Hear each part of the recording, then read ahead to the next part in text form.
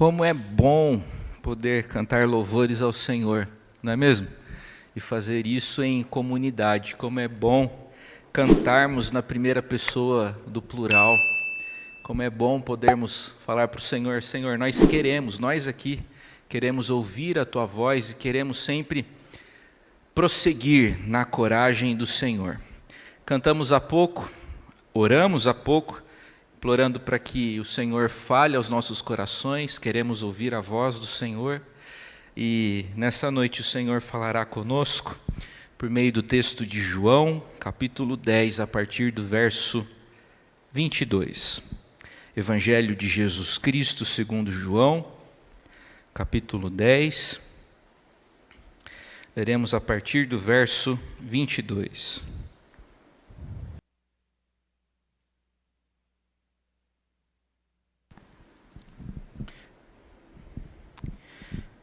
Celebrava-se em Jerusalém a festa da dedicação. Era inverno. Jesus passeava no templo, no pórtico de Salomão. Rodearam-no, pois, os judeus e o interpelaram: até quando nos deixarás a mente em suspenso? Se tu és o Cristo, dize-o francamente. Respondeu-lhes Jesus: já vo-lo disse, não credes. As obras que eu faço em nome de meu Pai testificam a meu respeito. Mas vós não credes, porque não sois das minhas ovelhas. As minhas ovelhas ouvem a minha voz, eu as conheço, e elas me seguem. Eu lhes dou a vida eterna, jamais perecerão, e ninguém as arrebatará da minha mão. Aquilo que meu Pai me deu é maior do que tudo, e da mão do Pai ninguém pode arrebatar. Eu e o Pai somos um. Pai querido, Pai celestial, nós te agradecemos pela alegria e pelo santo privilégio que temos de, como povo teu, nesse momento, abrirmos a tua palavra e rogarmos para que o Senhor imprima o teu querer em nós. Ó Pai, queremos ouvir a tua voz. Precisamos, ó Pai, da capacitação e da habilitação do teu próprio Espírito para isso. Ó Deus, nos conduza nesse momento de reflexão, que nosso coração, que a nossa mente estejam nesse momento capturadas pelo Senhor e que absorvidos pelo ensinamento da Tua Palavra, que nos apropriemos dessas verdades e que elas sejam verdade para nós. É a nossa oração. Por Cristo Jesus, nosso Senhor. Amém. Nós estamos, como igreja cristã, no período litúrgico denominado de Epifania. Já celebramos o advento de Jesus, celebramos a primeira vinda de Jesus, do Filho de Deus, que veio ao mundo para a nossa salvação. E agora a igreja cristã se debruça sobre os relatos bíblicos que manifestam tudo quanto nosso Senhor fez durante seu ministério público e terreno. É conveniente, portanto, nessa época que a igreja vive, considerar os ensinamentos e as verdades que podemos aprender a respeito do que Jesus Cristo fez e ensinou. O teólogo Charles Dodge afirmou que João decidiu apresentar a sua teologia sob a forma literária de um evangelho. João tinha uma verdade a comunicar e decidiu, naturalmente, conduzido pelo Espírito do Senhor, a apresentar a sua teologia sob a forma de um evangelho que consiste numa narrativa apaixonada e também apaixonante a respeito da história do sofrimento, morte e ressurreição de Jesus Cristo, precedida por explanação sobre seu ministério público. No capítulo 10 do Evangelho de João, Jesus se apresenta como o bom pastor. O adjetivo bom é oferecido, é empregado pelo próprio Jesus Cristo a respeito de si mesmo. Eu sou o bom pastor. E essa afirmação de nosso Senhor não é arrogante, visto que humildade, biblicamente falando, tem a ver com a atividade orientada e comandada pelo Senhor. Jesus Cristo afirma que Ele é o bom pastor E além de apresentar-se como bom pastor, ele descreve o que o bom pastor faz. Para Jesus Cristo, o bom pastor é aquele que está disposto a dar a própria vida pela vida de suas ovelhas. E sabemos, pelo testemunho bíblico, que Jesus Cristo fez isso para a nossa salvação. O bom pastor deu-se a si mesmo a fim de nos redimir. Jesus Cristo sempre empregou linguagem muito fácil de ser assimilada e compreendida. É por isso que Jesus usou corriqueiramente imagens e situações do cotidiano do povo, a fim de comunicar a sua mensagem e torná-la popular. É por isso que Jesus Cristo fala de ovelhas, fala de pastores, fala de apriscos. Esse era o mundo da época. A ovelha era um animal muito comum para os judeus, e nós não estaríamos exagerando em imaginarmos grandes quantidades desses animais em Israel. Por exemplo, a Escritura afirma no livro de Números que quando Moisés tomou o despojo da guerra contra os midianitas, ele tomou cerca de 600 mil cabeças de gado. Por ocasião da consagração do templo de Jerusalém, a Escritura afirma que Salomão sacrificou cerca de 120 mil cabeças de ovelhas em sacrifício a Deus. Eles estavam bastante acostumados com esse animal. O evangelista nos informa que Jesus estava no templo de Jerusalém. Era inverno, muito frio. Aliás, não sei se vocês sabem, mas chega a nevar em Jerusalém. Nesse final de semana nevou em Jerusalém. Era inverno em Jerusalém e o povo estava reunido para a festa da dedicação. Essa era uma festa relativamente recente para os judeus daquela época, pois ela lembrava e celebrava a restauração do templo por meio do trabalho dos macabeus. Isso aconteceu no 2º século antes de Cristo. E Jesus está ali no pórtico de Salomão, quando é interrogado e questionado por alguns judeus a respeito do fato dele ser o Cristo ou não. Os judeus comparecem diante de Jesus e o perguntam: até quando nos deixarás a mente em suspenso? Se tu és o Cristo, dize-o francamente. Stanley Jones, um pregador metodista, missionário também, certa vez afirmou que Jesus Cristo não apenas suportava os momentos difíceis de seu ministério, ele também os usava. Esse foi um momento difícil para nosso Senhor.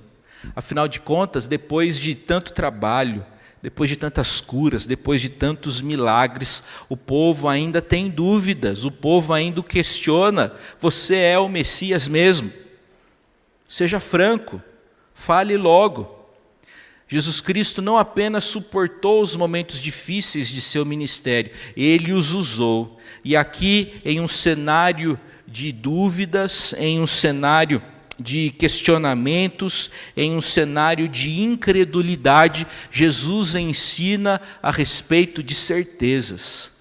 Jesus ensina a respeito de coisas que são imutáveis. Jesus trata sobre a certeza que os crentes, que aqueles que nele creem, podem e devem ter a respeito do que o Senhor pode fazer em suas vidas. Vejam os versos 27 e 28. As minhas ovelhas ouvem a minha voz, eu as conheço, e elas me seguem. Eu lhes dou a vida eterna, jamais perecerão, e ninguém as arrebatará da minha mão. Querido irmão, querida irmã, saiba que ninguém, nada, pode arrancá-lo das mãos de Jesus Cristo. Nada pode separá-lo do amor de Deus que está em Jesus Cristo. O texto grego emprega aqui recursos que comunicam a ideia mais forte para se expressar algo negativo. Literalmente é como se o texto dissesse para nós: minhas ovelhas por meio nenhum perecerão por toda a eternidade. aqueles a quem Deus salvou, justificou, regenerou, santificou, haverão de perseverar firmes na fé. E é sobre isso, é sobre essa perseverança que eu gostaria de conversar com vocês nessa ocasião. Nada nem ninguém pode separar o crente do amor de Jesus. A segurança dos crentes repousa na eleição em Jesus Cristo para a salvação.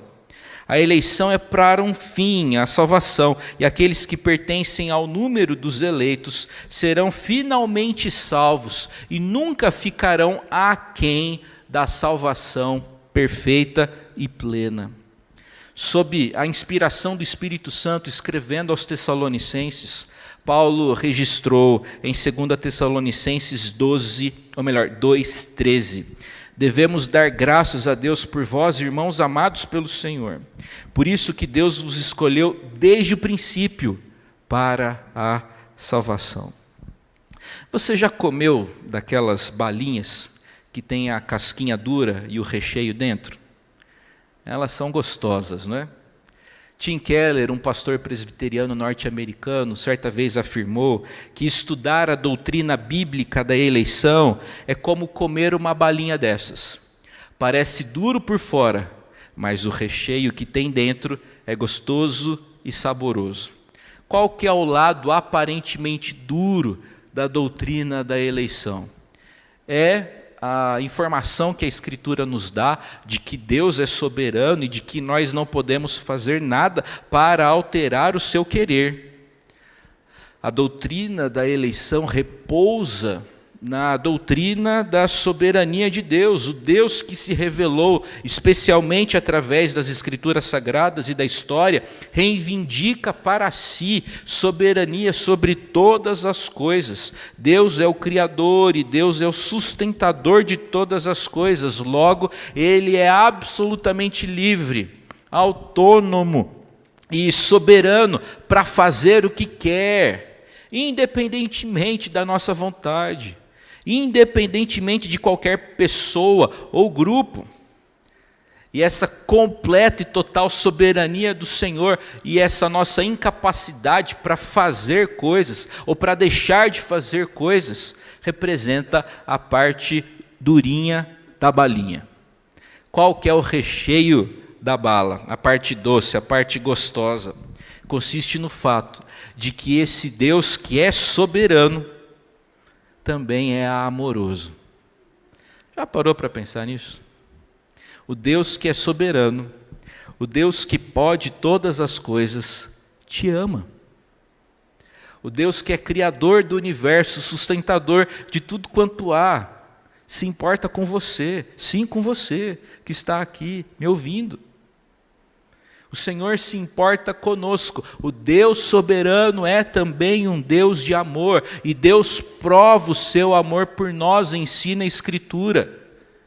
Quando Cristo morre por nós, sendo nós ainda pecadores, Deus mostra o seu amor por nós antes de nós nos movimentarmos para mostrarmos nosso apreço por Ele. Deus nos ama não porque nós fizemos alguma coisa para Ele, não porque nós nos voltamos para Ele, Ele decidiu nos amar.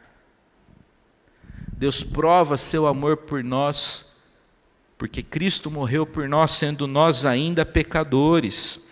O homem pecador nunca teria condições de colecionar boas obras a fim de se justificar. Deus exige perfeição.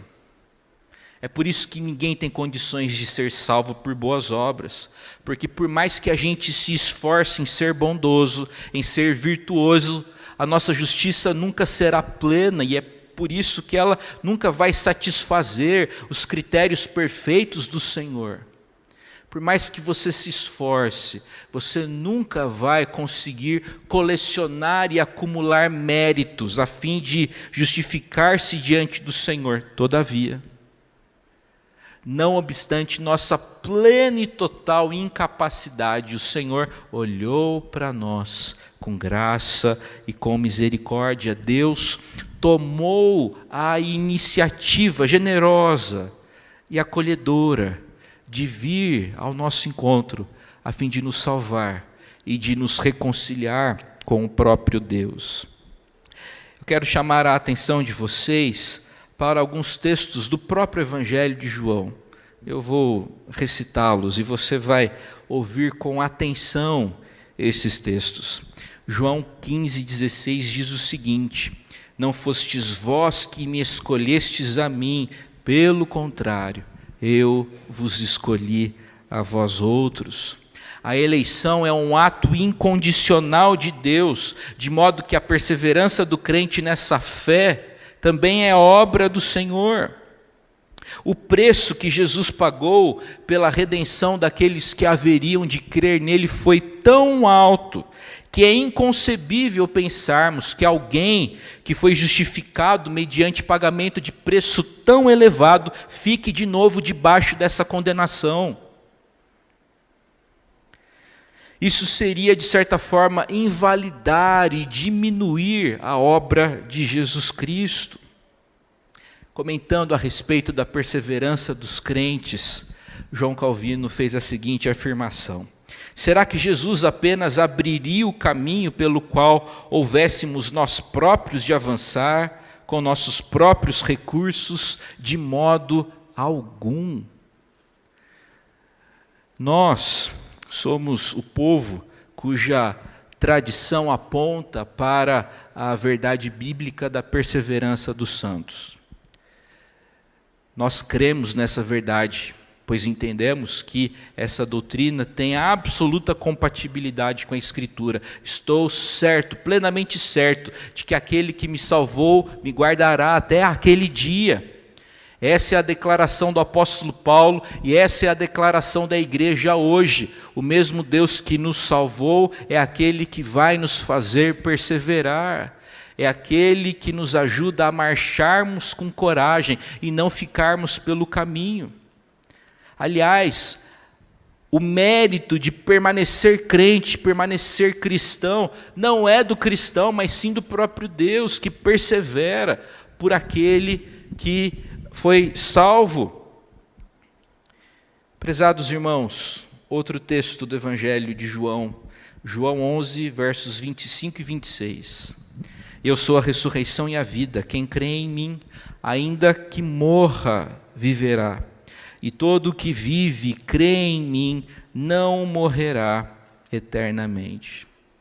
Agora, Evangelho de João, capítulo 10, verso 28.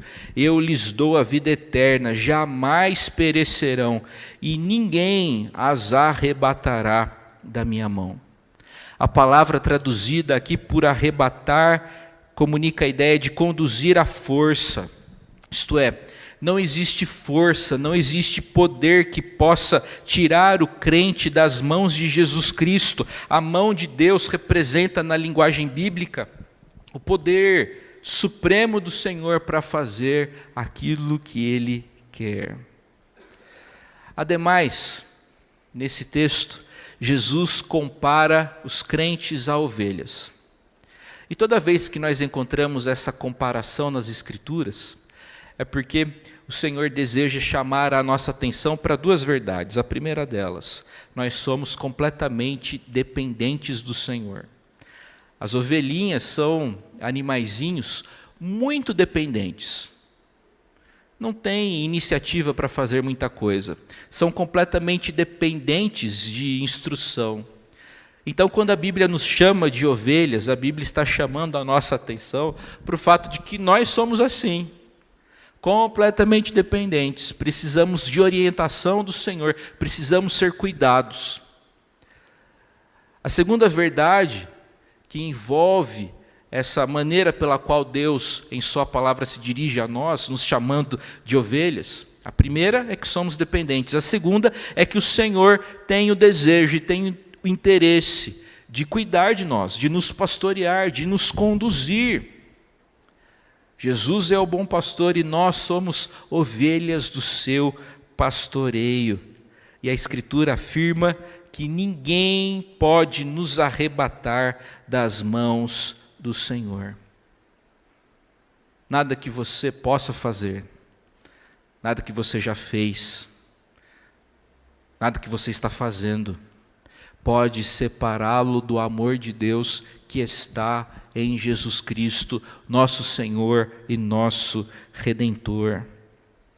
Também quero chamar a atenção de vocês para o verso 24 do 5º capítulo do Evangelho de João, que diz: em verdade vos digo, quem ouve a minha palavra e crê naquele que me enviou, tem a vida eterna, não entra em juízo, mas passou da morte para a vida. João registrou as palavras de nosso Senhor: quem crê em mim passou da morte para a vida.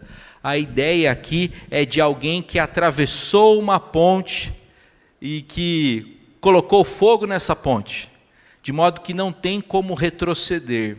Aquele que experimenta a vida de verdade em Jesus não voltará a ser ameaçado pelo perigo da morte eterna, uma vez que já usufrui dessa graça e desse privilégio que é relacionar-se com o Senhor com confiança. É impossível o crente retroceder em sua salvação. Meus irmãos, é importante recordarmos e reforçarmos aqui uma lição. Deus não nos ama porque somos úteis. Deus nos ama porque resolveu nos amar. O que você fez para merecer o amor de Deus? Nada. O que eu fiz para merecer o amor de Deus? Absolutamente nada. O que nós podemos fazer? Absolutamente nada. E é justamente porque não podemos fazer nada que podemos nos sentir seguros. Porque esse amor não tem como a gente comprar e não tem como a gente perder. Meus irmãos, o nome disso é graça. E Jesus tem muita graça para nos dar. E a graça de Jesus, como ensina a Escritura e atesta a nossa teologia e a nossa experiência, ela é irresistível. Deus nos dá a segurança de que o amor dele por nós cobre e supera todas as nossas transgressões. Vamos tentar compreender isso melhor por meio de uma imagem, por meio de um exemplo. Imagine um pai que é treinador do time de futebol do filho. Então o filho joga num timinho de futebol e o pai é treinador. O pai ama o filho. O pai ama o filho. Independentemente da performance do filho dentro de campo, se ele é bom de bola, se ele não é muito bom de bola, se ele sabe as regras ou se ele não sabe muito as regras, o pai ama o filho. O menino que está jogando bola não precisa fazer nada para obter o amor do pai, ele já tem isso. No entanto, por sentir-se amado, aquele menino que tem certeza do amor do pai, ele quer, de certa forma, corresponder ao amor do pai fazendo uma bela jogada. Ele não quer fazer uma bela jogada, quem sabe um chute assim, voleio, né? Quais outros nomes aí de jogadas boas? Eu estou mostrando que eu não sou assim tão bom no futebol. A bicicleta, valeu, Edgar, dá uma bicicleta, né? Deu um olé lá, passou debaixo da perna do outro. O menino quer fazer isso não porque ele quer obter o amor do pai, mas justamente porque ele já tem certeza desse amor e ele quer que seu pai fique feliz e satisfeito. Ele quer fazer alguma coisa não para obter o amor do pai, mas porque já tem a certeza desse amor e quer agradar o seu pai. Assim somos nós.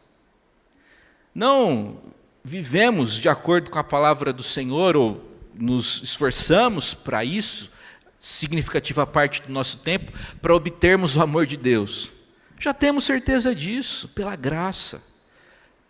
Vivemos de acordo com a instrução do Senhor, justamente porque o Senhor nos ama e nós queremos agora agradá-lo, queremos corresponder a esse amor. Eu concluo essa nossa breve reflexão nessa noite dizendo o seguinte: diante dos nossos erros, diante dos nossos vacilos, diante das nossas transgressões, diante da nossa incapacidade, lembremos-nos de que o amor de Deus é maior do que tudo isso. O amor do Senhor por nós, por mim e por vocês, é maior do que nossos erros, nossas transgressões, os nossos devaneios diante dos problemas, dificuldades e crises que nos querem fazer desistir. Lembremo-nos de que a nossa força não está em nós. A nossa força vem do Senhor. E é Ele que haverá de nos conduzir até o fim. Você tem essa certeza? O que Jesus Cristo disse e que foi registrado por João no capítulo 10 é uma verdade para você? Você é uma ovelha de Jesus? Você está sob os seus cuidados, sob o seu pastoreio? Você vive com essa certeza de que nada pode separá-lo do amor do Senhor? De que você está seguro nas mãos do Senhor? Hoje é noite de experimentarmos isso. E se já experimentamos, de celebrarmos essa verdade e de sermos absolutamente absorvidos por essa certeza. Que o Senhor derrame graça sobre nossas vidas, em nome de Jesus. Amém.